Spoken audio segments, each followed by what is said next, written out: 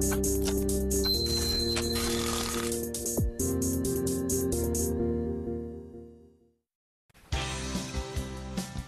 시청자 여러분 안녕하십니까. 출발 증시와이드의 임동석입니다. 날씨가 무척이나 쌀쌀합니다. 이제 본격적으로 겨울의 문턱으로 확실하게 진입을 한다라고 그런 느낌이 드는 11월 20일 화요일 아침에 여러분과 함께하겠습니다. 자, 저희 프로그램 지상파 DMB 채널 U1 그리고 KT 올레 IPTV 더군다나 오늘부터는 LG U+ TV에서도 함께 시청을 하실 수 있다고 하니까요. 여러분의 많은 시청과 관심을 부탁을 드리겠습니다. SK 브로드밴드만 뚫리면 되겠네요. 예, 거기도 빨리 나왔으면 좋겠습니다. 예, 자, 저희 출발 증시와이드 1부 오늘 준비한 주요 코너들 여러분께 먼저 소개를 해드리겠습니다. 네, 먼저 시초가 대비 3% 이상을 공략하고 여러분의 장 초반 장을 공략하는 데 있어서 굉장히 큰 도움을 주시는 분이죠. 메리츠 종금증권 영동점의 강정원 부장이 전일 추천했던 종목들에 대한 관심주의 AS 그리고 오늘 장 초반 수익을 극대화할 수 있는 종목을 선정해 드립니다. KTB 투자증권 이성웅 대리는 연말까지 재정 절벽 해결 기대감으로 시장에 대한 긍정적인 신호가 포착됐다며 주목해야 될 관심 종목들을 선정을 했습니다. 잠시 뒤 여의도 리포트에서 공개합니다. 전일 뉴욕 증시를 보면요, 이 시장 분위기가 꽤나 괜찮습니다. 오늘 우리 시장도 함께 동행을 당연히 해야겠죠. 고수들은 과연 어떤 작전, 어떤 종목을 매수할지 김도영의 작전 타임에서 그 비밀스러운 투자 비법을 공개해드리고요. 네, 이어서 업종 스캐닝에서는 개장 타임 주요 업종과 종목들의 흐름을 실시간으로 낱낱이 살피고 효과적인 대응 전략을 세워봅니다. 네, 본격적으로 1부 순서 시작하겠습니다. 먼저 강정원 부장님과 함께 하도록 합니다. 메리츠 종금증권 영동점에 계십니다. 안녕하십니까?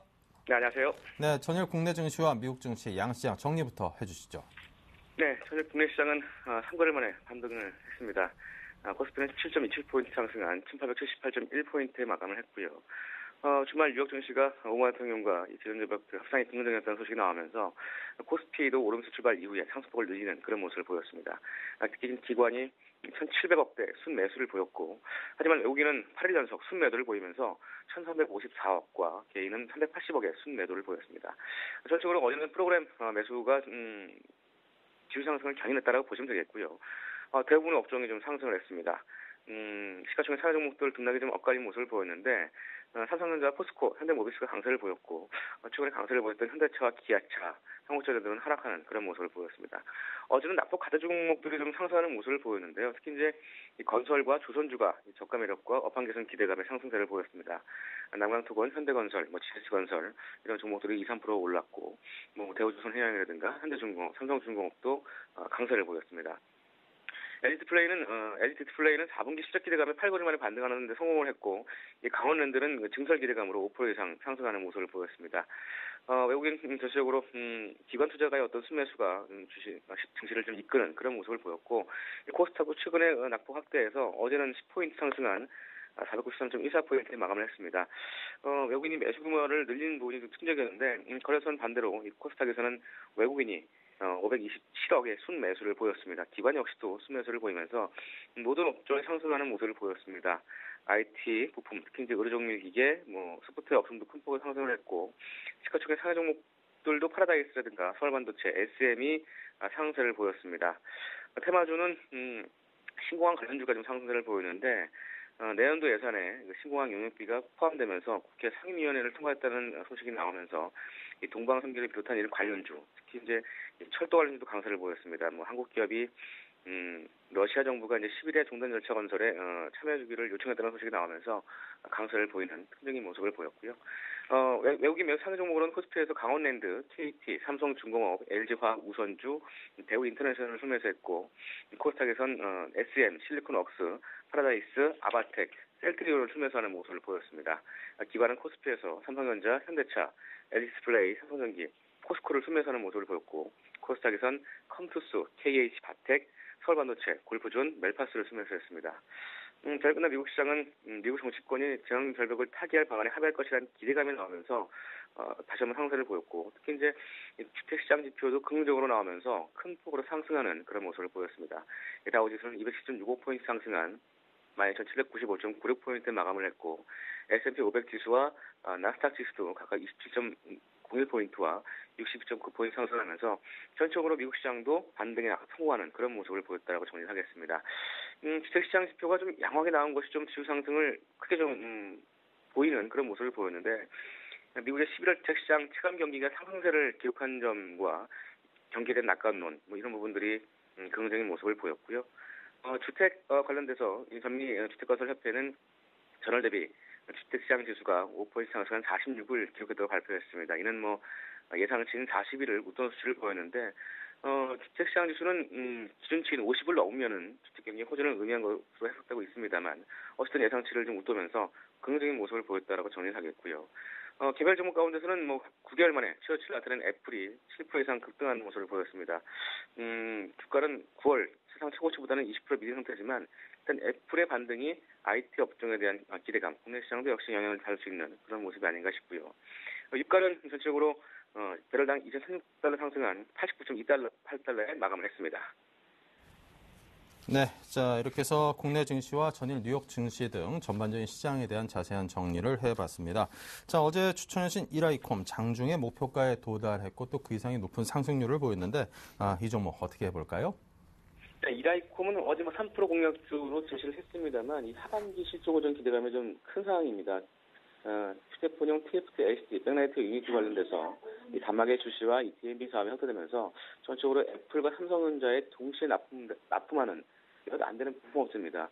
특히 이제 삼성전자 백라이트 유닛의 1위 업체가 이라이콤이고 이 백라이트 유닛가 사이즈가 커질수록 이 평균 단가가 좀 증가하면서 아이폰 5의 사이즈 확대와 삼성 태블릿 PC 판매 증가로 인한 수익성 개선 기대감. 3분기 실적이 대폭 증가했고 또 4분기에도 역시 하반기 실적에 대한 기대감이 커진 상황입니다. 그래서 이 4분기 매출액과 영업이익은 각각 이번 3분기 대비해서 매출액과 영업이익 각각 5% 이상 다시 한번 늘어날 것으로 전망되고 있는 상황이고 애플의 신규 모델 판매량 증가와 더불어서 이 저평가 메리트 현재 내용도 예상 EPS가 3,777원입니다. 현 주가 PER 5배 수준도 좀 안 되는 그런 저평가 메리트가 있는 상황이기 때문에 이라이콤은 3% 공략주지만 그 이상 중장기적으로도 우리가 주가가 빠질 때마다 매수할 수 있는 그런 종목이라고 말씀드리겠습니다. 네, 알겠습니다. 앞으로도 좀 꾸준한 관심을 가져볼 만한 특히 주가가 빠질 때마다 관심을 가져볼 만한 종목인데 싶은데요. 자, 오늘장 관심 종목은 어딜까요? 네, 오늘 제가 종목은 성우 하이텍을 제시하도록 하겠습니다. 성우 하이텍은 범퍼 레일과 사이드 멤버 이런 차체의 다리 부품을 전문적으로 생산하는 업체입니다. 이 범퍼 레일의 경우에는 현대차에 독점 납품하고 있고 그 외에 사이드 멤버를 비롯해서 이런 주력 제품을 포함해서 자동차 차체 부품 시장의 20% 이상의 점유율을 보이고 있는 회사입니다. 차량 경량화를 위해서 알루미늄 후드라든가 이런 범퍼 이런 부분들을 고급차 위주로 납품하고 있는 그런 자동차 부품업체라고 보시면 되겠고요. 2분기 매출액은 전년 동기 대비해서 22% 신장했습니다만 영업이익은 66억을 기록하면서 47.8% 증가하는 모습을 보였습니다. 하지만 그 순이익이 92% 감소하면서 92억을 기록했는데 매출액은 현대차 그룹 생산 호조로 인해서 영업이익은 저마진의 반조립 수출 비중 감소로 인해서 증가했습니다만 순이익이 지난해 2분기에 반영되었던 이 배당금 수입이 올해는 3분기에 이연되면서 상대적인 감소를 나타내는 그런 모습을 보였습니다. 하지만 이 중장기 성장성이 좀 여전히 유효한 그런 회사라고 보시면 되겠고요. 투자 포인트는 두 가지를 주시는데요. 첫 번째는 저평가만 될 수 있습니다. 최근에 자동차 부품업종들이 큰 폭의 하락세를 좀 보였는데 올해 예상 실적 대비 현 주가가 PER 4배 정도 수준밖에 안 되는 주가 수준이고 PBR도 0.6배 정도 수준밖에 안 되는 그런 저평가 메리트가 있는 상황입니다. 최근에 자동차 업종의 전반적인 이 밸류에이션 하락의 영향이 있었고 현대차 그룹의 외에 매출 비중이 낮다는 구조적인 할인 요인을 고려하더라도 이 성우하이텍의 주가는 좀 과도하게 하락하는 모습이 좀 있다라고 보시면 되겠고요. 최근에 기관 역시도 4거래일 연속 순매수를 보이고 있습니다. 이런 부분들까지 감안했을 때 성우하이텍 지금 시점에서는 충분히 저가 매트가 있는 그런 종목으로 오늘 시가 공략주로 제시하도록 하겠습니다. 네, 알겠습니다. 자, 그렇다면 성우하이텍 목표가 손절가 등등 잡아주시기 바랍니다. 네, 성우하이텍 오늘 시초가 공략주로 제시해드리겠고요. 시초가 대비 3% 이상, 손절가는 10,000원 하에서의 손절을 생각하시기 바라겠습니다. 네, 자 오늘 성우하이텍도 역시 전일 추천하신 이라이콤처럼 목표가 3% 훌쩍 넘어서서 그 이상으로 높이 올라주길 기대를 해보겠습니다. 자, 메리츠 종금증권 영동지점의 강정헌 부장님과 함께했습니다. 감사합니다. 네, 고맙습니다. 네, 자 동시효과 상황 보겠습니다. 네, 전일 세계 증시가 상당히 좋은 모습을 보였죠. 오늘 우리 증시도 그의 화답이라도 하듯 오랜만에 그냥 시원하게 오르면서 1900선을 회복한 채 거래소가 출발을 할 듯 보입니다. 코스닥도 498포인트인데요. 생각 같아서는 500포인트 뚫고 좀 와줬으면 좋겠다. 그런 생각이 듭니다. 자, 양시장이 모두 1% 이상 상승하면서 출발하고 있고요. 삼성전자가 1.95%, 현대차 1.87, 현대모비스 0.74, 기아차 상승폭이 큽니다. LG화학과 함께 2.46과 2.36%가 각각 상승했습니다. LG화학 최고 경영진 쪽에서 한 2년여 만에 LG화학 지분을 인수했다라는 그런 소식도 들리면서 그만큼 지금 LG화학이 주가 주식을 좀 살만한 때가 아닌가 그런 생각을 하게끔 일반 투자자들로 하여금 하게 하고 있습니다. LG 디스플레이도 2.6포인트가 상승해서 LG 관련주들이 오늘 괜찮습니다. LG도 1% 상승했죠. 자, 그 밖에 현대중공업, 신한지주, SK이노베이션 등등 그동안 약간 좀 힘을 받지 못했던 전 분야에 골고루 햇빛이 비추면서 오늘 따뜻한 그런 출발 정세를 보이고 있습니다. 날씨랑 반대네요. 자, 파라다이스가 1.5, CJ 오셔평이 1.34, 서울반도체가 1.74%로 동서와 함께 비교적 높은 상승을 보이고 있는 가운데 거의 대부분의 종목들이 1% 안팎의 상승을 보이면서 상승세가 탄탄합니다.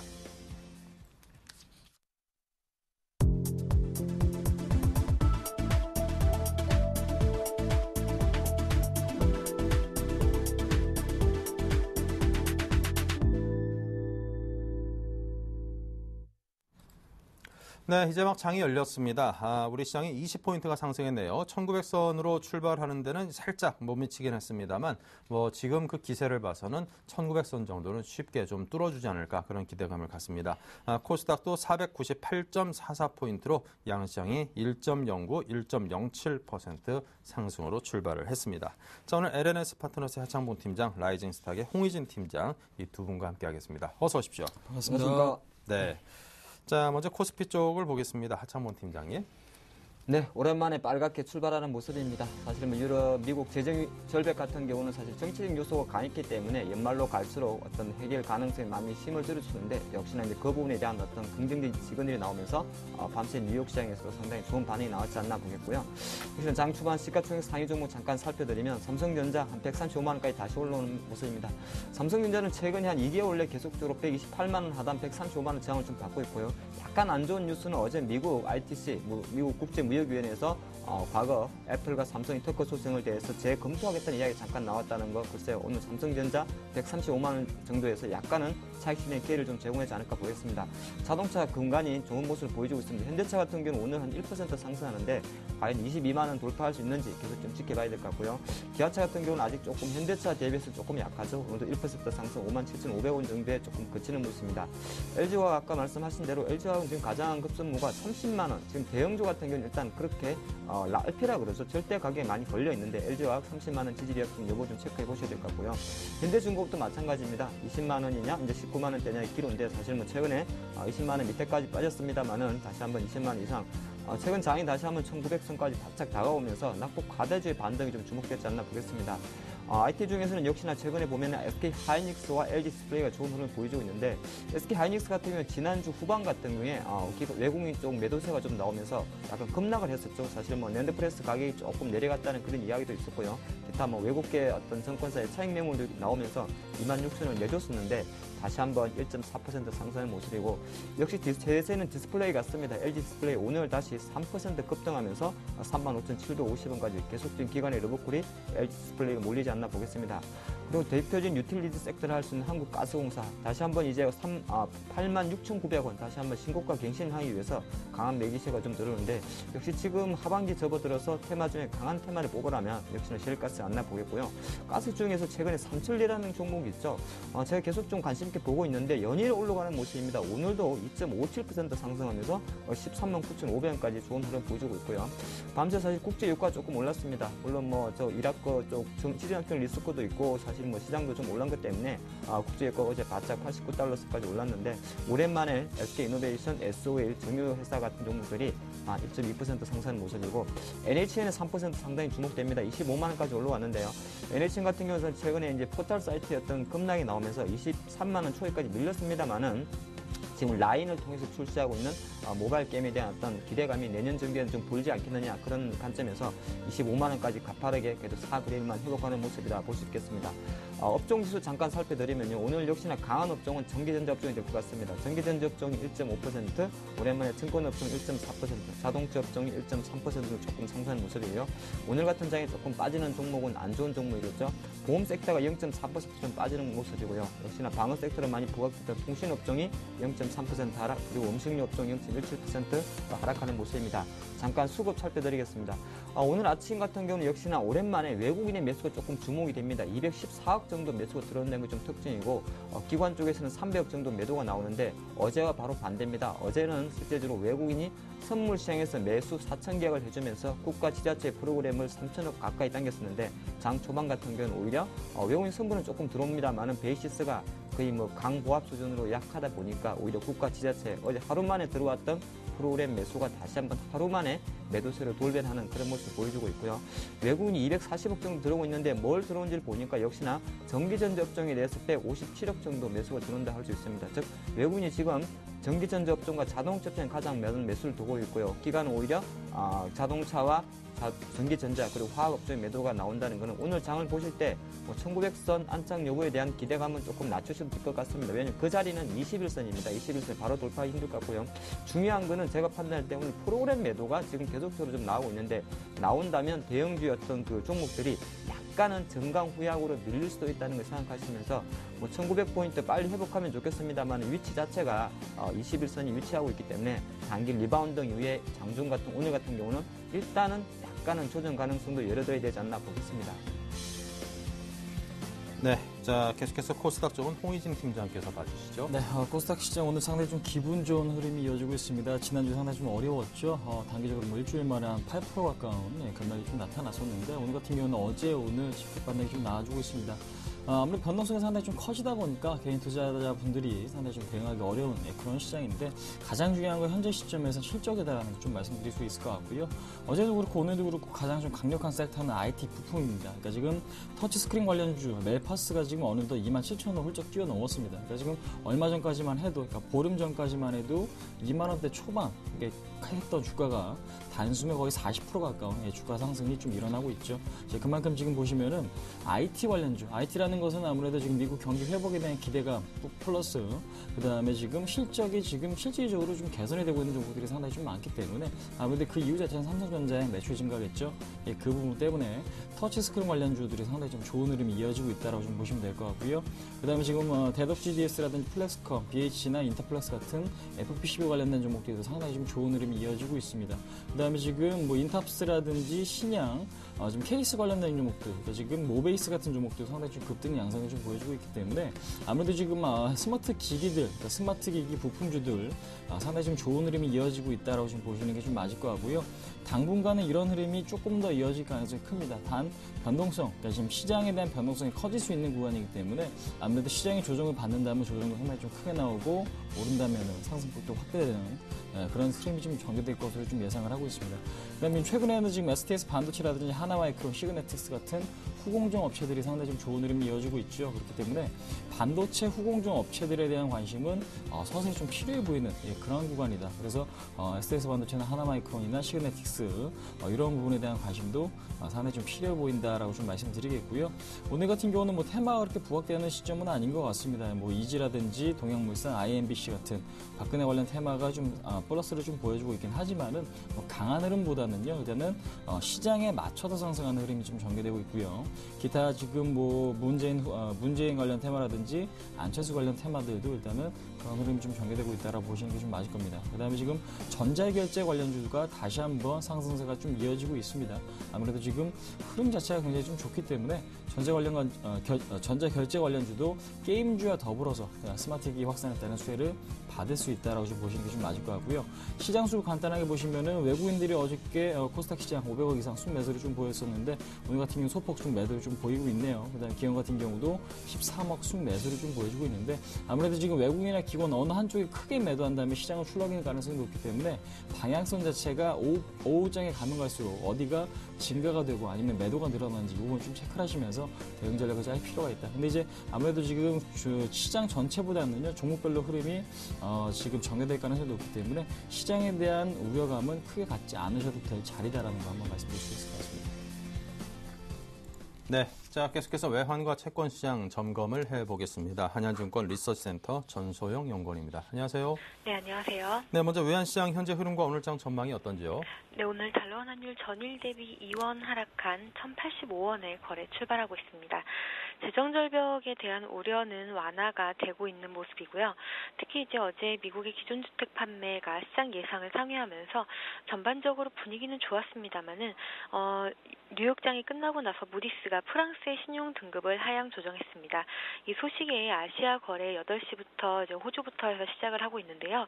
아시아 거래에서 유로화가 조금 하락하는 그런 모습들을 보이면서 우리나라 오늘 아시아 거래 시장에서의 전반적인 통화 흐름이 어떻게 될지 좀 많이 주목이 되고 있습니다.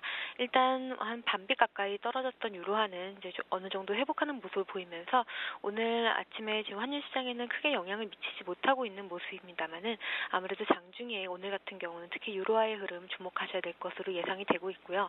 전반적으로 수급은 아직까지 내고 물량이 탄탄하게 유입이 되면서 매도 쪽으로 좀 우위를 잡아가고 있는 모습입니다. 오늘 같은 경우는 이미 좀 거래 자체가 1,085원 선에서 출발했기 때문에 당국의 스무딩에 대한 경계감도 나올 가능성이 높고요. 내고 물량이 나온다 하더라도 대외 변수 자체가 그다지 우호적이지는 않기 때문에 1,085원에서 추가적으로 하락할지 여부는 조금 지켜봐야 될 것 같습니다.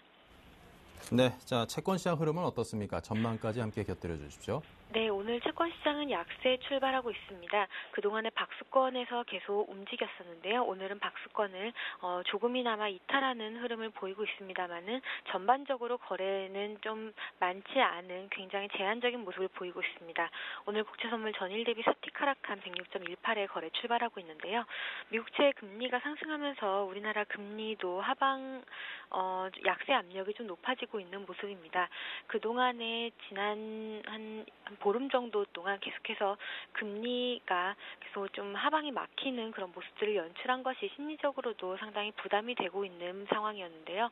오늘 이제 미국채 금리가 상승하면서 이런 것에 좀 영향을 받는 듯한 그런 모습입니다. 일단 이제 이동평균선이 수렴을 했기 때문에 방향성 자체가 좀 상실했다 하더라도 팽팽한 박스권 인식이 있다라는 점 염두에 두셨으면 좋겠고요.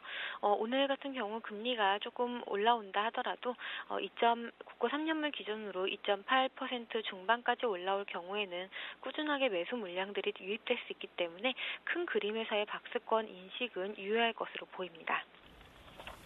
네, 자 지금까지 전소영 연구원께서 외환과 채권 시장을 점검하고 또 전망까지 함께 해드렸습니다. 감사합니다. 네, 감사합니다. 네, 다음은 여의도 리포트 김보람 아나운서입니다. 안녕하세요. 여의도 리포트 김보람입니다. 앞서 뉴욕 증시가 2달 만에 가장 큰 폭으로 상승 마감한 가운데 오늘 코스피 또한 1,900 가까이로 상승 출발했습니다. 앞으로 추가 반등 가능성에 무게가 실리는 가운데 현재 전략은 어떻게 세워야 하는지 이 시각 증권사 리포트를 통해 정리해보겠습니다. 먼저 현대증권은 높아진 반등 가능성과 몇 가지 주의할 대목을 꼽아보고요. 신한금융투자는 과거 사례에서 찾은 연말 업종을 진단해드립니다. 하나대투증권에서는 저성장을 극복할 기술적 패턴을 소개해드리고요. 동양증권은 추가 조정 가능폭이 제한적인 이유를 분석합니다. 마지막으로 KTB투자증권에서는 연말까지 재정절벽 해결 기대감이 형성될 것이라고 예상하고 있는데요.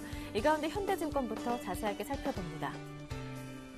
재정절벽에 관한 미국 여야 간 건설적 협상으로 재정절벽에 대한 우려가 완화돼 투자 심리가 회복되며 오랜만에 의미 있는 기술적 반등이 출현하고 있습니다. 실적 개선과 신성장 부각 재료가 반영된 IT 부품 중심의 옥석 가리기가 진행되는데요. 한편 한국가스공사, SK, GS 등 가스 관련 수혜주들이 기관 매수세 유입과 함께 상승세를 이어갔으며 태블릿 PC 성장에 따른 터치 패널 공급망 확대 기대로 관련주 또한 부각되는 모습입니다. 당분간 증시는 미국 블랙 프라이데이 수요 기대와 함께 추가적인 기술적 반등을 전개할 가능성이 높은데요. 다만 이머징 시장의 경기 소순환 사이클 둔화, 환율 변동성 등은 주의할 필요가 있다고 진단했습니다. 다음은 신한금융투자입니다. 다우지수가 200일선을 이탈했지만 지금은 경기 회복 혹은 바닥권이 형성되는 구간으로 200일선 훼손의 의미는 크지 않다고 판단합니다. 다만 과거 사례와 공통점은 시장이 상승 트렌드로 진입할 때부터 대형주보다 배탈값이 큰 소형주의 수익률이 커진다는 점인데요. 또한 많이 하락한 업종이라고 반등폭이 크게 나오는 것이 아니라는 점도 공통점입니다. 따라서 낙폭 과대에 따른 단기 반등 종목의 수익률은 10% 내외로 국한될 가능성이 있습니다. 이에 따라 지금은 펀더멘털 개선과 저가 메리트가 상존하는 반도체, 디스플레이, 유틸리티, 통신, 소매, 유통, 게임 등에 관심을 가질 필요가 있는데요. 관련 종목으로는 SK하이닉스, LG디스플레이, GS건설, 호성 등을 꼽았습니다. 다음은 하나대투증권입니다. 저성장 위험을 극복하고 시장을 아웃퍼폼할 가능성이 높을 것으로 판단되는 기술적 패턴은 상승 추세 지속형, 저항선 돌파형, 턴어라운드형이 있는데요. 먼저 상승 추세 지속형은 글로벌 경쟁력과 이익이 확보된 기업으로 삼성전자, LG생활건강, 아모레퍼시픽 등을 꼽았습니다.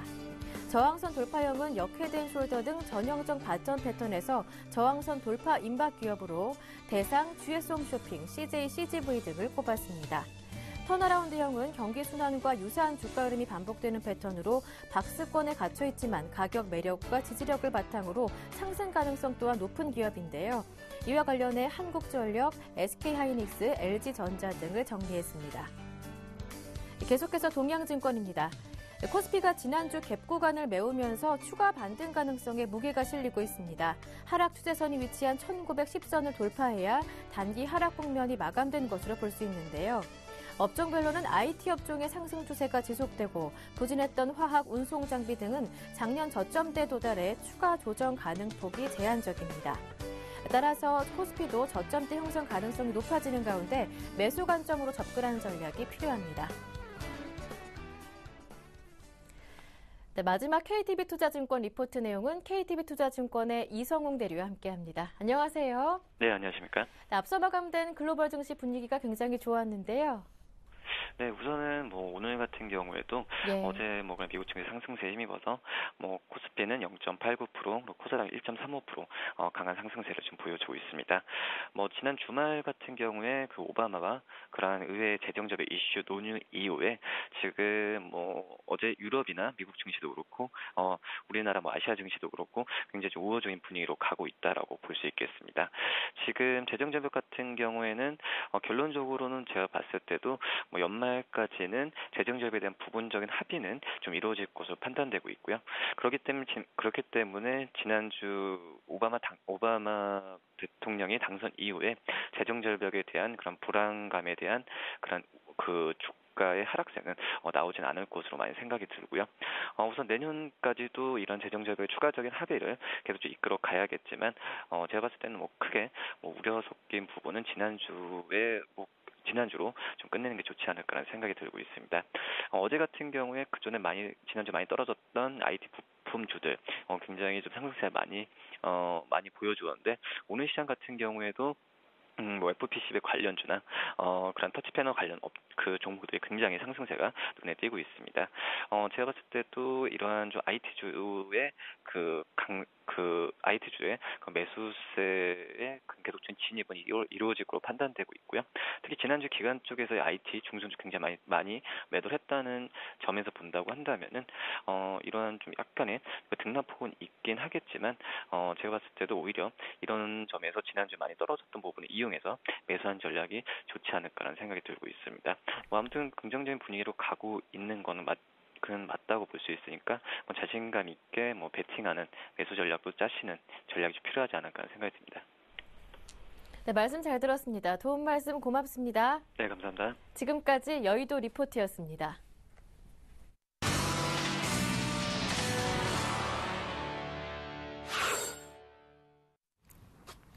네, 자 오늘 고수들은 과연 어떤 대응을 하고 있을지 궁금합니다. 알파라이징 스탁의 김도영 대표와 함께하겠습니다. 안녕하십니까? 네, 안녕하십니까? 네, 오늘장 어떤 전략을 준비하고 계십니까? 네, 오늘장 철저하게 공포를 사자라고 말씀을 드렸을 때 유가증권 시장이 코스닥 시장보다는 더 좋다라고 말씀드렸는데요. 만약 저가에서 분할 매수 원칙으로 좀 끌고 오셨던 분들이 있다라면 오늘장 전략에서는 시가 부근에서 또는 오후 1시 부근에서는 전량 이익 실현하고 현금화를 좀 챙겨놓겠다라는 전략이 좀 유효하지 않을까라고 판단을 하고 있고요.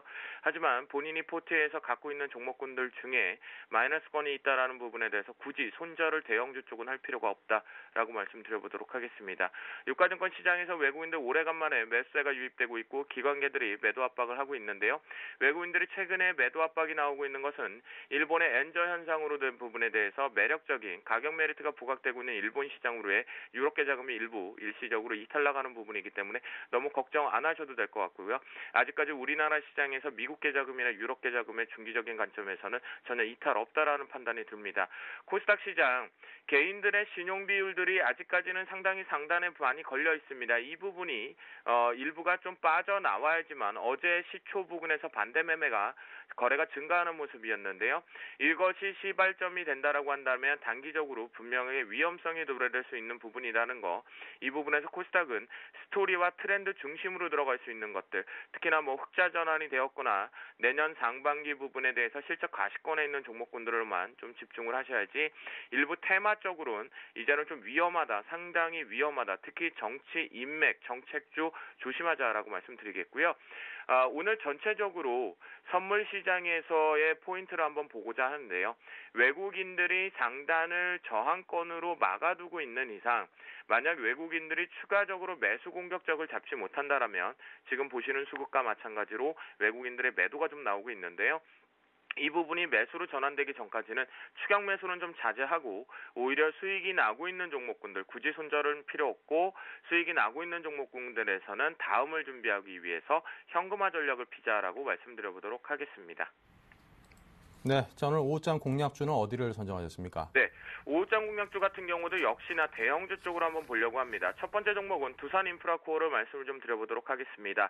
두산인프라코어 다바닥에서 지금 다시 추가적으로 이탈 나오고 대바닥 부분에 대해서 옆으로 횡보를 하고 있는 상태인데요. 특히나 보시는 바와 같이 기관 보유 수량이 계속해서 매도 압박으로 나오고 있지만 외국인들이 조금씩 들어주고 있습니다.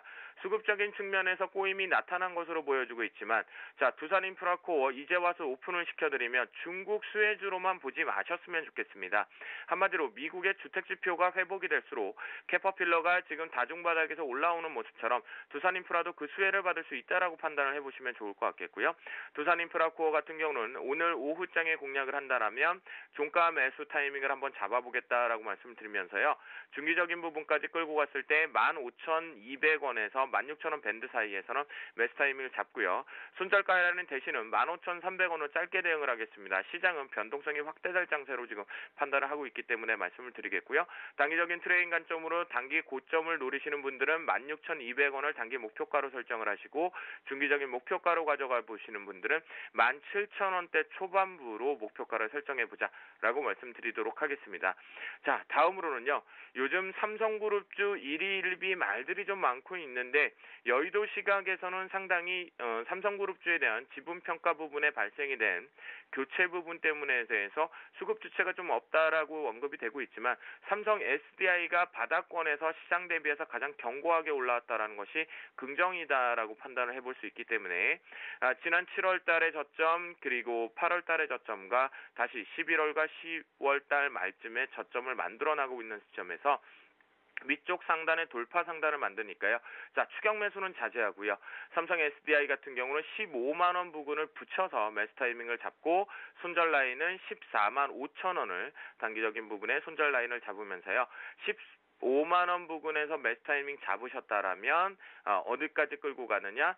16만 원대까지는 한번 끌고 가보자라고 말씀을 드리도록 하겠습니다. 네, 자 오늘 두산인프라코어 등에 대해서 오후장 공략주에 대해서도 여러분께 선정을 해드렸습니다. 여러분께서 관심 갖고 지켜보시기 바랍니다. 자, 지금까지 김도영 대표의 도움 말씀이었습니다. 감사합니다. 네, 감사합니다.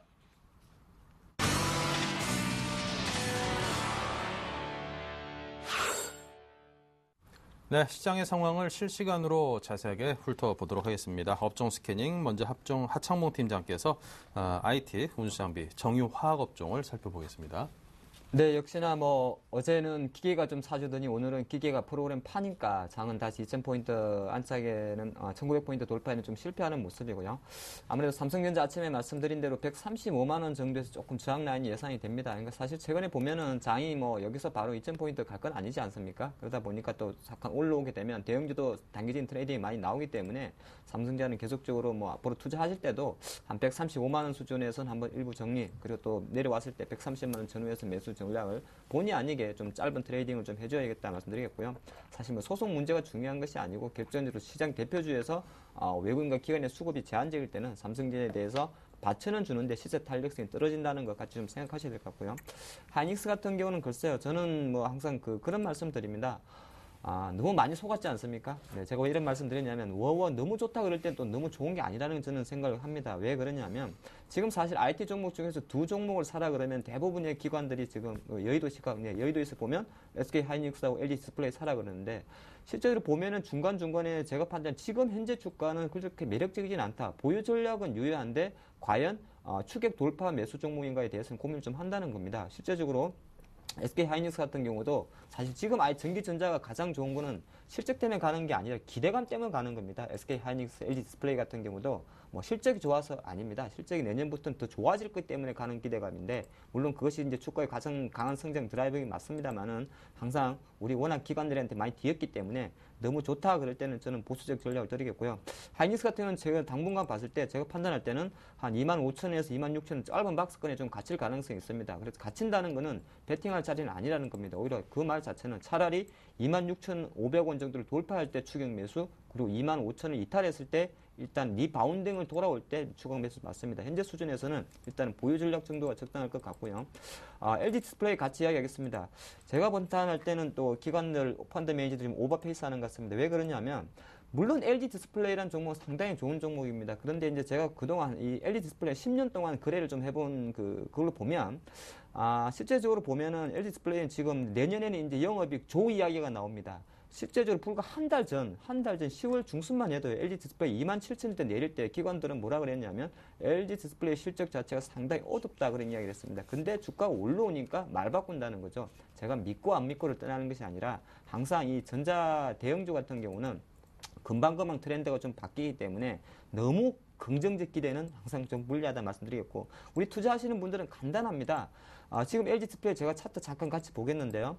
현재 수준에서는 지금 이 수준은 똑같습니다. 이 오늘 양봉만 보니까 너무 좋아 보이지 않습니까? 하지만 중요한 건 LG 디스플레이는 오히려 거꾸로입니다. 37,000원을 돌파하게 되면 차익 실현이 아니라 그때는 추격 매수고요. 오히려 다시 한번 34,000원 내려오게 되면 매수가 아니라 하락 가능성이 있다는 겁니다. 즉 거의 똑같은 맥락입니다. 제가 판단할 때는 LG 디스플레이 지금 현재 36,000원 수준에서는 보유 전략 정도만 드릴 수 있고요. 오히려 36,600원을 할 수 있는 11월 7일 고점을 돌파할 때 추가 매수 풀타이가 될 것 같고요. 또 다른 한편으로 34,000원 정도 내려왔을 때는 실질적으로 한번 꺾일 가능성이 있기 때문에 조금 기다려보는 전략이 좋습니다. 즉 요지는 전기전자가 사실 연말 산타렐레나 지수 대형주 때문에 어쩔 수 없는 기관의 선택에 매수가 들어오는 건 맞는데, 항상 현 주가 수준 대비해서 하이닉스나 LG 디스플레이가 나쁘다는 게 아니라 현 주가 수준 대비해서는 너무 공격적이기에는 좀 리스크하다 말씀드리겠고요. 오히려 조금 관심이 가인다면 제가 계속 드릴 말씀이 LG 이노텍에 계속 관심은 이제 약간 스타트하지 않나 보겠습니다. 제가 계속적으로 LG 이노텍은 좋게 말씀드리는데요. 8만 원 정도의 수준이면은 어느 정도 좀 매력이 있다는 겁니다. 역시나 LG전자, 하이닉스라든지 모든 게 키워드는 바로 턴어라운드라는 겁니다. 삼성과는 아예 차원이 다르죠. 실적이 좋아질 거라는 기대감이 올라가기 때문에 항상 바닥권에서 한번 올라올 때는 좀 관심 가져도 된다 말씀드리겠고요. 자동차 업종 잠깐 말씀드리겠습니다.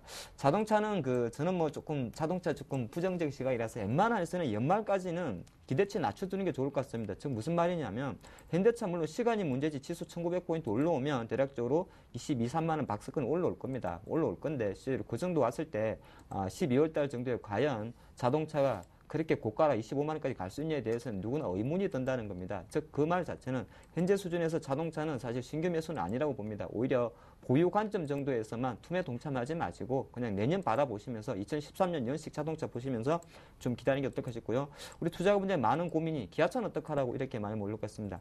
자, 기아차는 사실 지금 이제 제가 판단할 때도 조금 죄송스러운 이야기입니다만 8만 원에 대한 환상은 좀 당분간 낮추셔야 될 것 같습니다. 어쩔 수가 없네요. 사실 너무 많이 빠진 게 중요한 게 아니라 현대기아차 사실 뭐 지난주 초에 지난 주반에 글로벌 점유율 발표됐습니다. 점유율 자체는 증가하는데 글쎄요 내년 경기 자체가 좋아진지는 모르겠습니다만 차트로 봤을 때 사실 월봉 봤을 때 이 정도 망가지면 7만 원 망가졌다는 것은 단기적인 2010년도 고평가 이후에 약간은 기관들이 차를 조금 버릴 수도 있다는 겁니다. 그런 관점 하실 때 많이 물려 계실 거는 맞습니다만 제가 이런 말씀 드리는 거는 물려 있다고 계속적인 물타기 전략 즉 추가 매수 전략보다는 자동차는 조금 마음 너긋이 내년까지 좀 지켜보는 게 어떨까 싶고요.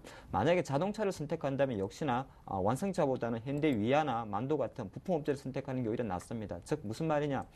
기아차를 추가 매수할 바에야 차라리 현대 위아라는 종목을 오히려 추가 매수하면서 전체적인 자동차 포트를 완성차와 부품차로 가져가는 것이 어떨까 싶다. 저는 그런 말씀 드리겠고요.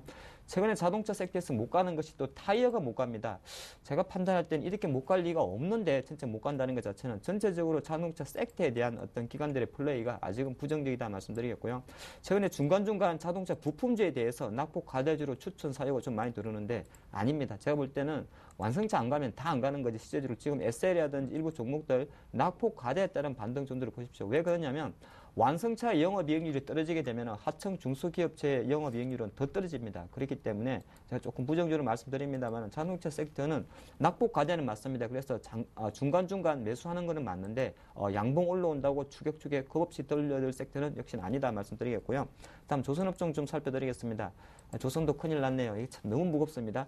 그래도 현대중공 간간히 20만 원 정도에서 조금 지지하는 모습이기 때문에 한숨 돌리긴 돌리겠는데 사실 뭐 이것 자체 뭐 20만 원 깼다가 한 4~5% 오른 거 큰 중요한 건 아니죠. 아마 보유하신 분이 많이 계실 것 같은데 뭐 간단합니다. 자동차, 조선, 기계, 철강 내년까지 넘어간다 생각하시면서 지금 현재 수준에는 신규 매수보다는 조금 지켜보는 전략이 좋을 것 같고요.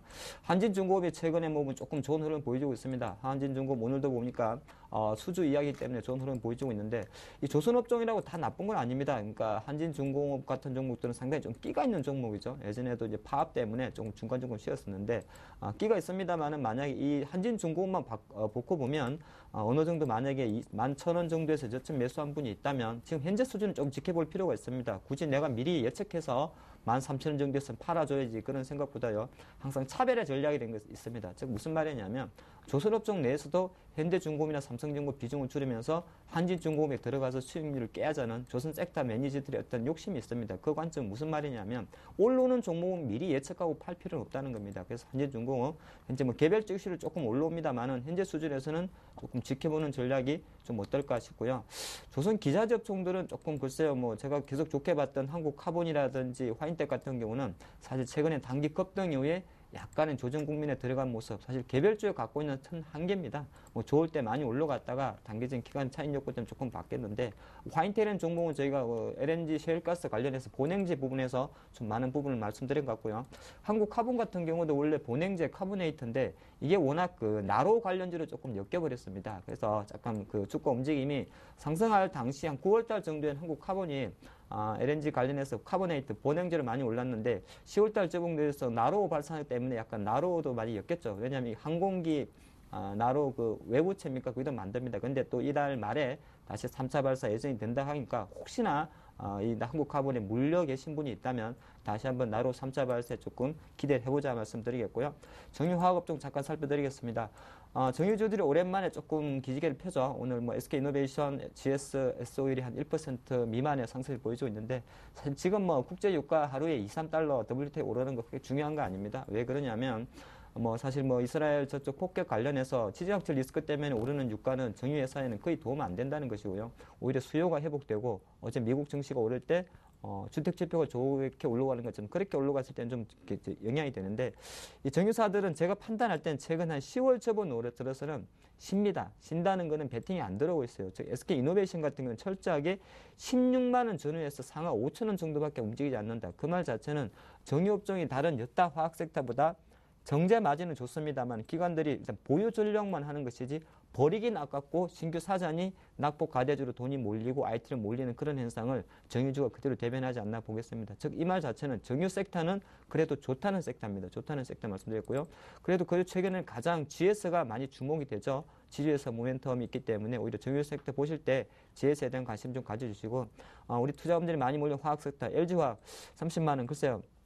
뭐 30만 원 이제부터는 대형주들도 하나 이제 고점에서 많이 빠졌기 때문에 눈높이 많이 낮추셔야 되죠. 30만 원 이하에서 매수, 뭐 30만 이상에서 청산하는 그런 전략보다는 뭐 실제적으로 LG화학 같은 경우는 제가 판단할 때는 글쎄요. 그래도 LG가 뭔가 일을 내는 것 같지 않습니까? 전기전자 부분도 그렇고 화학도 그렇고 물론 LG 화학 같은 경우도 이제 화학 글자 붙어 있습니다만은 계속 2차 전지 쪽에 모멘텀이 있기 때문에 어떻게 보면 전기전자 업종으로 변신하는 과정에서 본다면 LG화학 글쎄요. 30만 원이라는 가격 때문에 매력적인 건 아니라 전체적인 LG 쪽에서의 어떤 트렌드를 생각한다면 오히려 좀 장기적 관점에서 매수 좀 가능하지 않나 보겠고요.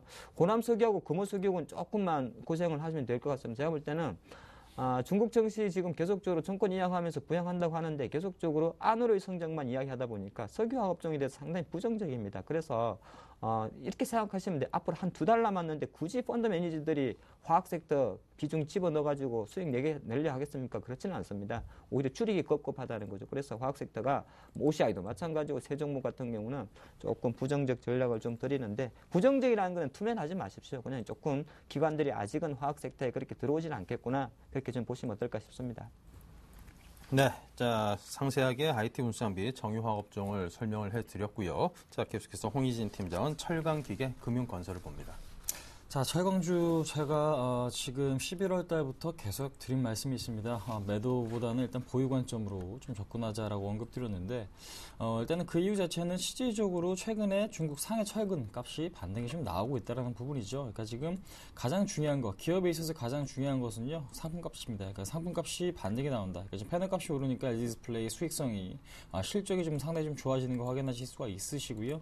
지금 마찬가지로 하이닉스 같은 경우는 반도체 값에 상당히 좀 민감하죠. 그러니까 그와 마찬가지로 철강 업체 같은 경우에는 철근 값이, 그러니까 철근 가격, 상품 값에 상당히 지금 민감하게 좀 반응을 하고 있는데 지금 최근에 보시면은 지금 반등이 좀 나오고 있다. 9월달 이후에 좀 반등이 좀 나오고 있다라는 게 좀 확인이 좀 되실 겁니다. 그렇기 때문에 실질적으로 지금 뭐 글로벌 철강 업체들 뭐 감산에 좀 많이 돌입을 했기 때문에 여기서 뭐 수요가 많이 증가되지 않는다라고 하니까 수요가 증가되지 않고 오히려 줄어든다고 하더라도 공급이 그만큼 줄어든다면 상품값이 어느 정도 안정될 가능성이 큽니다. 그래서 아무래도 여기 지금 포스코나 현대제철, 근데 이제 포스코보다는요 현대제철의 흐름이 좀 더 좋다라고 좀 보시는 게 좀 맞을 거예요. 그러니까 지금 차트 보시면 아시겠지만 일단은 지난 11월달 초 구간에서 거의 맴돌고 있습니다. 그러니까 시장의 변동성은 상당히 좀 커지고 급등 급락이 좀 반복이 되고 있지만 이 종목 같은 경우는 오히려 바닥을 좀 다져가는 모습이죠. 예, 그런 측면에서 봤을 때도 일단은 심리에 의해서 휘둘리지 마시고요. 실질적인 변동 아니면 거래량 이런 것들을 보시면서 판단을 하셔야 되는데 오히려 고점에 대한 돌파 시도가 나오고 있습니다. 그러니까 8만 원 이상까지도 충분히 지금 돌파하면서 아무래도 61선 이상까지 반등이 나와질 수 있는 그런 구간이기 때문에 현대제철이나 뭐 고려아연, 영풍이나 현대하이스코, 그다음 풍산 같은 종목들은 굳이 던지실 필요는 없습니다. 아무래도 뭐 경기 우려감이 있다고는 하지만은요 실적적인 측면이 그렇게 나쁘진 않거든요. 예, 그런 측면에서 봤을 때도 일단은 가장 큰 이유, 그러니까 지금 하락의 가장 큰 이유는 물론 실적도 전년 동기 대비 많이 좀 감소한 측면도 있겠지만 심리적인 이유가 좀 더 커 보인다라고 좀 말씀을 드릴 수가 있을 것 같습니다. 그러니까 지금 현재 뭐 적자라도 앞으로 좋아질 수 있다라면 주가는 오르기 마련이고요. 반대로 현재 실적이 좋다고 하더라도 미래가 불투명하다면 좀 하락하는 부분이 그러니까 하락하는 부분 주식이기 때문에 현재로서는 미래에 대한 불안감이 있긴 하지만 실질적인 실적이나 수익성, 그러니까 이 부분들이 어느 정도 바닥을 좀 찍어가고 있다라고 좀 보시면 될 것 같습니다. 그래서 아무래도 올해 지금 미국 경기나 그다음에 중국 경기 내년에 대한 기대감이 상당히 좀 크기 때문에 아무래도 조금 더 지켜보시는 게 맞다. 그러니까 철강금속은 굳이 매도하실 필요는 없을 것 같다. 한번 말씀드릴 수 있을 것 같습니다. 이제 기계 관련주는요, 두산중공업 같은 경우는 아직까지 바닥이 아니에요. 그러니까 지금 41,500원에 저가긴 하지만 여기서 뭐 굉장히 좀 기관들이나 외국인들의 매수가 강하다 이렇게 보일 수는 없습니다. 그러니까 많이 빠졌기 때문에 반등이 나오지만 그 반등 포인트가 21선까지도 나와주고 있지 않죠. 그러니까 그만큼 시장에선 소외가 좀 되고 있다라는 부분이기 때문에 뭐 두산 인프라코어도 마찬가지고요. 지금 보시면은 뭐 두산 엔진, 뭐 한라공조 역시 좀 마찬가지인 것 같습니다. 그래서 기계 관련주 같은 경우에는 특히 이제 지금 이 종목 같은 경우는 뭐 미국 뭐 부동산 관련 부분도 있지 않냐, 뭐 셰일가스 부분도 있지 않냐 생각하실 수도 있는데 현재로서는 무엇보다 수급이라는 게 지금 상당히 좀 좋지가 않습니다. 그러니까 시장이 빠지면 같이 빠지고 오르면은 상당히 좀 그러니까 지금 반등 탄력도가 굉장히 좀 약한 걸 확인하실 수가 있죠. 빠질 땐도 빠지고 반등은 미미하게 나온다면 그건 전형적인 약세 업종의 흐름이거든요. 그런 쪽에서 봤을 때도 일단은 기계 관련주는 조금 더 시간을 보시면서 판단하시는 게 맞다. 그러니까 지금 두산 관련 그룹주 같은 경우도 지금 부채가 상당히 좀 많습니다. 그러니까 지금 최근에는 부채 많은 기업들의 리스크도 상당히 좀 증가하는 추세에 있죠. 운수창고가 대표적인데 그런 측면에서 봤을 때도 아무리 지금 업황이 조금이나마 좀 개선이 된다고 하더라도 추세를 돌릴 만한 그런 시기는 아닌 것 같습니다. 그래서 기계 관련주는 조금 더 보수적인 관점으로 보시고 신규 매수는 자제를 하시는 게 맞고요. 지금은 원화 강세 기조가 이루어지고 있기 때문에 오히려 물리시더라도 뭐 삼성전자 같은 큰 종목이나 아니면 원화 강세 같은 원화 강세 수혜주에 대한 매수가 좀 필요한 타이밍이 아닌가 한번 말씀드릴 수 있을 것 같습니다.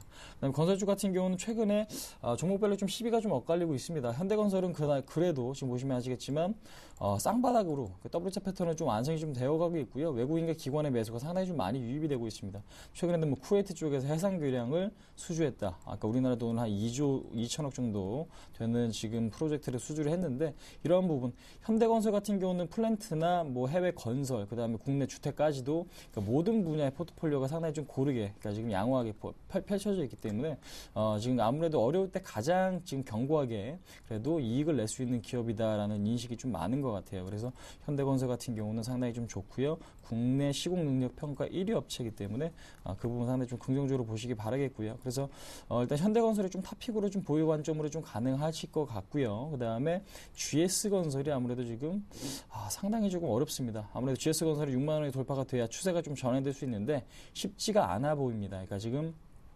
수주도 그렇게 늘어나는 추세가 아니고 그다음에 수급도 좀 개선되는 흐름도 아니기 때문에 상당히 오랜 시간이 걸릴 수밖에 없다. 그래서 그동안에 말씀드렸던 종목 뭐 대우건설이나 삼성물산 이 부분에 대한 집중이 상당히 좀 필요해 보인다. 그러니까 현대건설, 삼성물산, 대우건설에 대한 관심. 그러니까 대림산업 같은 경우는 좀 탄력도가 좀 좋긴 하지만은요.